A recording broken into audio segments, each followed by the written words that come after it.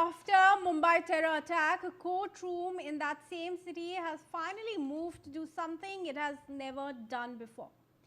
Put the mastermind on trial without him ever setting foot inside it.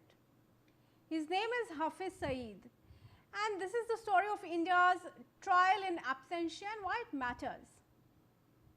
Hello and welcome. You're watching NewsX Deepdive. I'm Kriti Mehta. The Mumbai police have approached the Union Home Ministry to serve the court proclamation orders via Interpol against 6 absconding accused, including Lashkar-e-Taiba founders Hafiz Saeed and Zakirur-Rahman Lakhwi, setting the stage to try them in absentia for their role in 26/11 terror attacks. The police, represented by Special Public Prosecutor Ujjwal Nikam, submitted an interim report on the proclamation order issued in July this year against the absconding accused for initiating the process for trial in absentia. Let's listen in.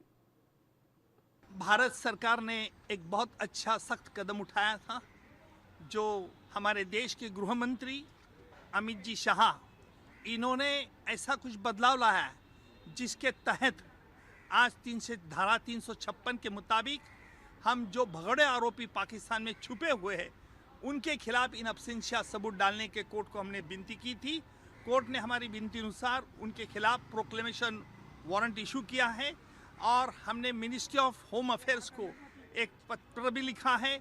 Mumbai police commissioner Deven Bharti ने हमें चिट्ठी लिखी थी और इसके बारे में हम तुरंत उसका फॉलोअप कर रहे हैं और तुरंत हमें आशा है कि अभी तारीख जो मिली है 14 सितंबर को मिली है, उस दिन हम कोर्ट को डिटेल साझा होगा। रिपोर्ट 17 सितंबर इसका रिपोर्ट हम साझा।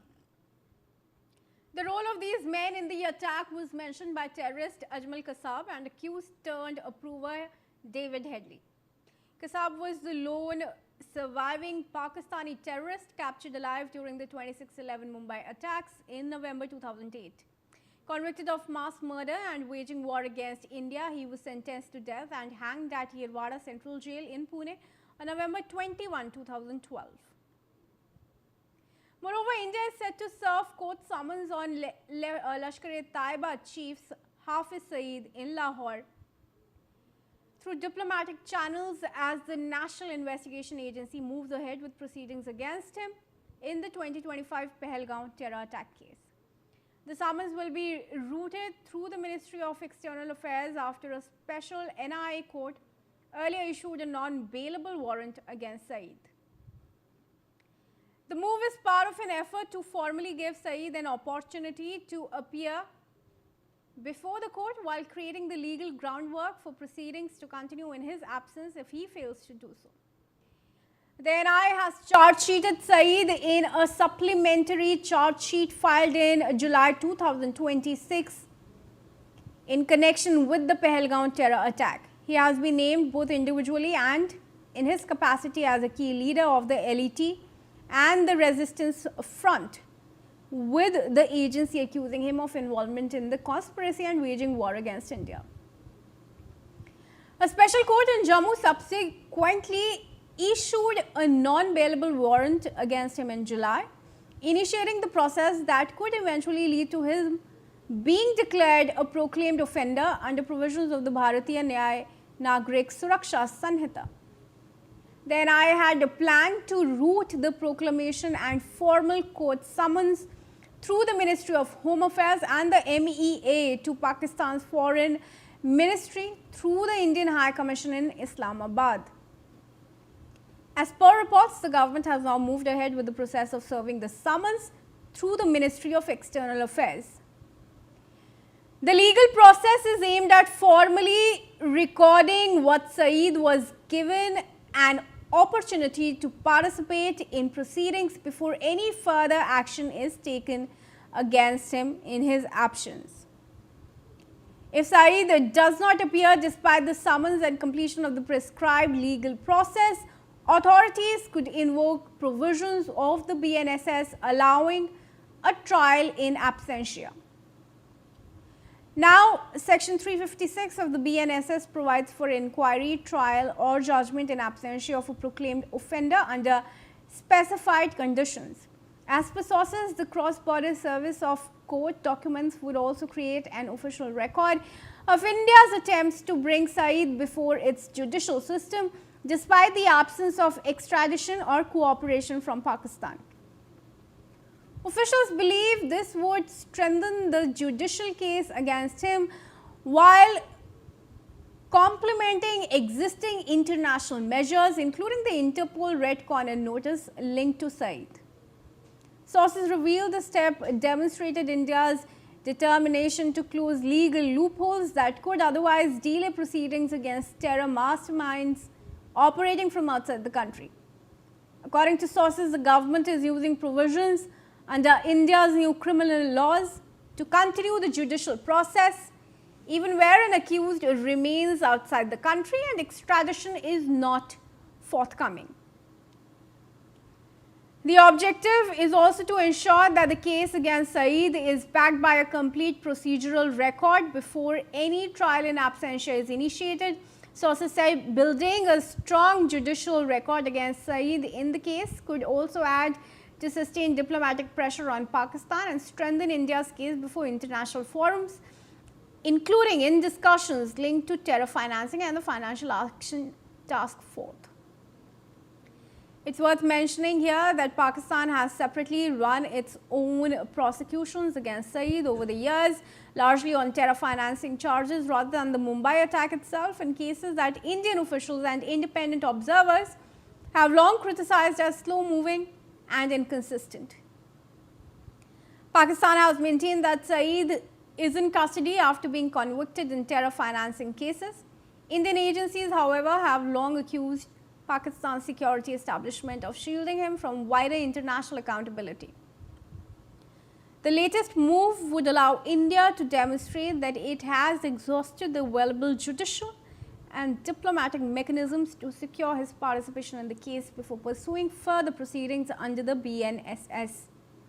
So what exactly actually happens if this trial goes ahead and Hafiz Saeed is convicted in a courtroom?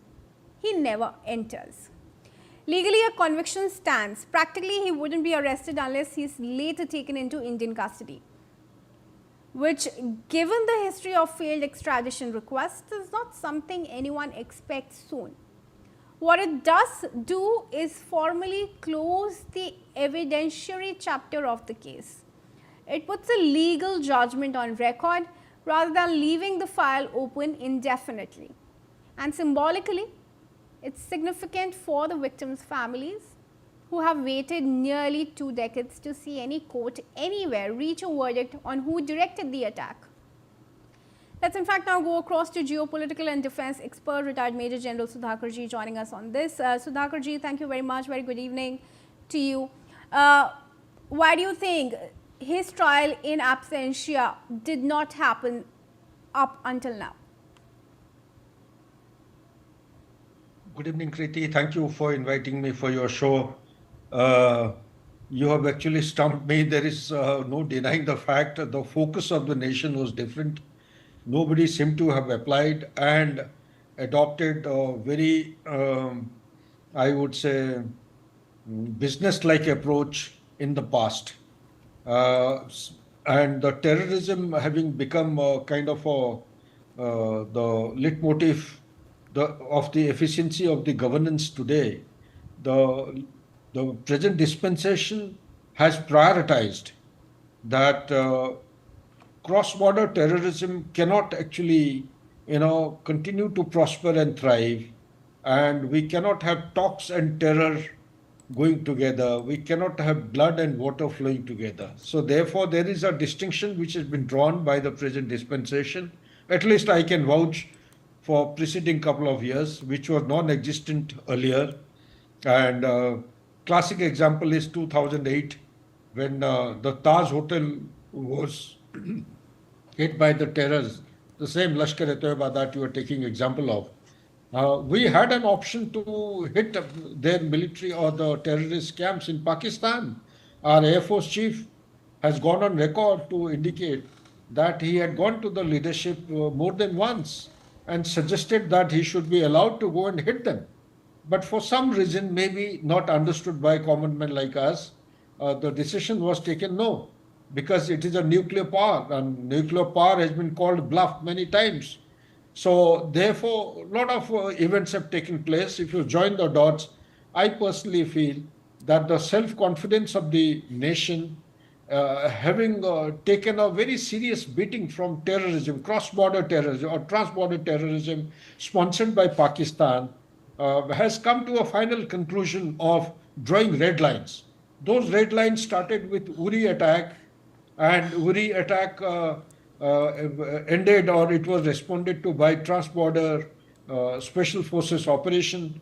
Thereafter, the Pulwama attack, we had Balakot, and the enormity of the response matrix has been gradually getting upgraded from in a ascending order from Uri attack onwards, and thereafter we had the Pahalgam carnage, and Pahalgam carnage has witnessed what we could do, Operation Sindoor, and now Operation Sindoor is an open-ended operation with the central doctrine of the nation having been formulated and promulgated to say that an act of terror is actually to be treated as a war by the nation. So this one-liner itself is very powerful. Those who understand, they will not dare do a thing like Pahalgam again, because now Indian armed forces, they let it go after 88 hours last time.